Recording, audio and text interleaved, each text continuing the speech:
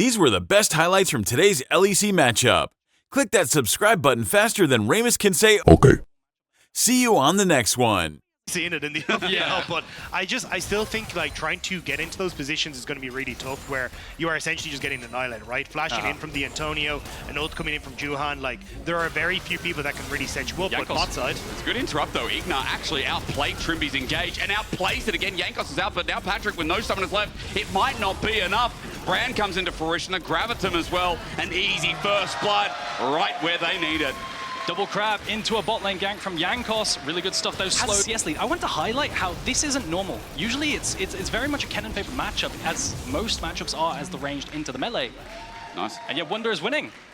Lane to play. And look at Jankos in the minimap. He's like, ooh, that looks tasty. He immediately starts to run up towards the top side. I mean, even if you don't get the play onto the Antonio, which may still happen. Yeah, he has to ult for the wave at the very least. You could argue that ult is going to be useful, but never mind, he TPs away, and Wunder won't be able to do anything about it, but at least the wave's gone. But you're still in position for Rift Herald if you wanted to as Heretics. So you still got a ton of options here. So that's a major win for Heretics. Sure, you lose the Dragon, but an Ocean Dragon isn't the worst. Now, hang on. Sneaky. I mean, Blackett flashing to the left was a good play. Nature's Grasp will follow him though, and as he puts the turret down, he's got Gravitum, but it won't slow them down. It won't even stop them in place. He tries to outplay it, and a good grasp at this important situation.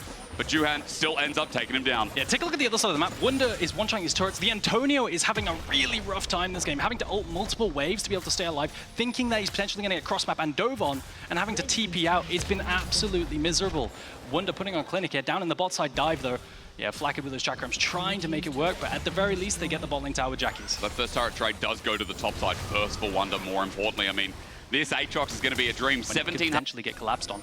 A lot of movement speed in that Brand as well. I mean, he's sprinting up here as Wunder gets the first early trade as well for the inner turret. You can see that GIANTX are also trying to match as well, but the Herald will be placed on down. Flackett with his wave clear and the right gun timing makes it easy, but Nature's Grasp comes out. Wunder goes too far forward, has to flash. Solar Flare stops the advance from GIANTX, but a bit of a mistake here from Wunder as he now has to burn the summoner. I mean, you'll take those GIANTX. It's like, cool, you don't really get a tower. Oh, well, you get tower mid-tower, I suppose. He's kind of their backup answer, but at least the position being able to control top tier 2 is nice, but I think they needed to leave someone here to try and defend mid-turret, because the fact that you don't end up getting the protection there means that essentially that Rift Herald still ends up with a win when it could have been controlled. Yeah, the only problem is, like, if you don't overextend numbers versus Rift Herald and 3 grubs, you could potentially lose tier 2, and that's just so much gold. So they sacrifice mid tower, which is a really big sacrifice in and of itself, and give a bunch of gold over to the Corki. But Jackie's now. Oh, he's caught out. He's TP too far coming through forward. as well. And again, you just talked about it. There's no turret there. Ulti just burnt Jankos with a freebie, and Spyro gets a kill. I mean, bit of a mistake, and man, classic Jackies at this point. This dude in mid-game loves to get caught out. It's kind of been a specialty, and I mean, you could hear GB on the desk talk about it as well. This has kind of been the downfall of GIANTX. It's just people getting caught out when they really shouldn't be, but there's the play. All in into Patrick as well. Flackett ultis, but he's been exhausted. The trade almost. The last auto connects, so a 1-for-1. Now for GIANTX, they run away because Spyro's in, but man, the GIANTX bottom lane, I gotta respect behind that. the Antonio though. And now I respect this, don't I? The all on in, and onto Spyro, he does a lot of damage, but it's still not enough. There's Jankos to save the day. The thoughts are good, but in the end, Team Heretics is just getting too much in return. And it's just a disaster for GIANTX across the board. They die up topside in Jackies, and they try to make a play mid, and it feels like desperation. It fails. Ignar commits the just enemy getting hit by it. But the thing is, though, Trimby can just tank it.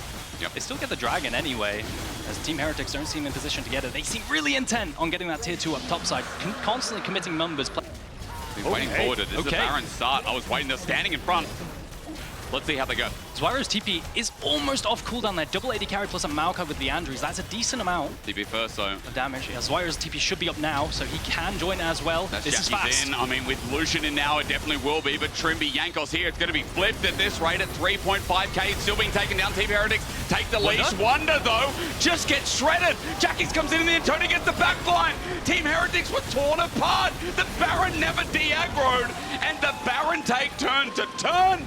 Turn back to a genius move from GIANTX. GX set up a beautiful trap there for Heretics. They'd already gotten that ward. He's kind of found his place too, assimilating to a roster that was pulled apart a bit with Peach leaving, with Odo leaving as well. It also just feels like a lot of trust. It's, hey, look, we know that this person is going to do the job that we need them to do in this situation. Like, Juhan understanding, as you say, what his role is in a team fight. How is Ignar going to create space for the back line? And it has worked absolutely fantastically, but now Jankos, they're going to need to get out of here. Should be able to escape towards his mid lane. Now the question is, how much can they get off of this? The tier 2 up top side looks juicy. Trimby's going to tank this. Yeah, he will tank it, but it just depends. I don't think Ignar was going, but the does he? Under Trimby gets shredded. Double 80 carries do one thing well, and that is burn down tanks as Antonio just solo kills Fyro. Ignar's going to be the trade-off though, and Wonder gets a reset, so he starts flapping his wings as Jackie's is now isolated for the time being. Good little relentless pursuit back, and Wonder can't chase anymore, but it's still a winning trade with GIANTX getting 2. The Antonio's like, I can't let Hysterix down. I need to step up when it gets exactly into this. What he said, David. Exactly. Look, he's found a couple of different picks. Have lost that small timing window. Blackett has red-white. But the vision to spot out where the members of GX are isn't quite there. It's really shallow, and the Antonio has flash, so you need to be quick on this exhaust, Trimby. And that's such a game-changing wall as well. You flash over, especially in that narrow point where Team Heretics are now, you can end the game. They've gotten good vision now. This has forced the Antonio to group, and if you can go front to back, it's easier for Heretics. They know he's there. Nature's Grasp is there as well onto the Dragon. It is eventually taken by GIANTX, but over the wall they try and zone off the Antonio's. Randolph flies through, but Wonder jumps in early again, and the Antonio shocks him in all. Now the front to back changes hands as the Antonio gets poked on out, and yes, Blackett has damage, and so does Fyro as he pokes through and finds something. Even with 2 members left alive, the health bars of GIANTX are low. They have to leave, but remember, they picked up threat as Team Heretics try to come back to this top turret. See though on the bottom side, Jackie's is going to try and trade it, so Heretics committed a lot of members towards that top side, and I believe Jackie should be able to get that on the bot lane. So you end up in a position where, at least the moment you are still trading, which isn't the worst when you're still waiting here for GIANTX. Disengage before his teammates get poked out, and that puts a lot of pressure on him. Trimby, he has to find the engages in the next team fight. Otherwise, it's going to be really hard to play with the low health bars. If you see Antonio on top side, you can't pull the trigger, and Trimby does. I mean, he does indeed. He's just going to get burnt down, though. What were they expecting? Team Heretics maybe getting desperate as the TP comes out in the meantime. The Antonio might just get a free one as he rolls in, and a 3-man knockup sets it up, and that's just that, isn't it? Team Heretics now against the wall, and GIANTX, this culmination of a year, is looking red hot to move forward. And I understand the idea from Trimby. It's the Antonio's pushing top. They don't have any wards in behind us. Maybe this is the moment, but he flashes and ends up Xenoblading so far forward. Yeah. No one is in position to follow, and immediately he gets his legs cut out from underneath him. And the rest of Heretics soon follow. Now GIANTX are going to run down mid, get that top tower as well, and this feels like a GIANTX taking game 1. Yeah, tier 2's up top side, tier 2 mid as well. Now all is left to crack open the bit. A lot of people at home will really understand. I think so. So, I mean, the pressure of this could be it. Like, you need to make it happen. And Jackie's is making it happen. Tactic for game 1. It is, isn't it? The Antonio again shocking Fyro. I think he has a personal vendetta against that guy's Wonder.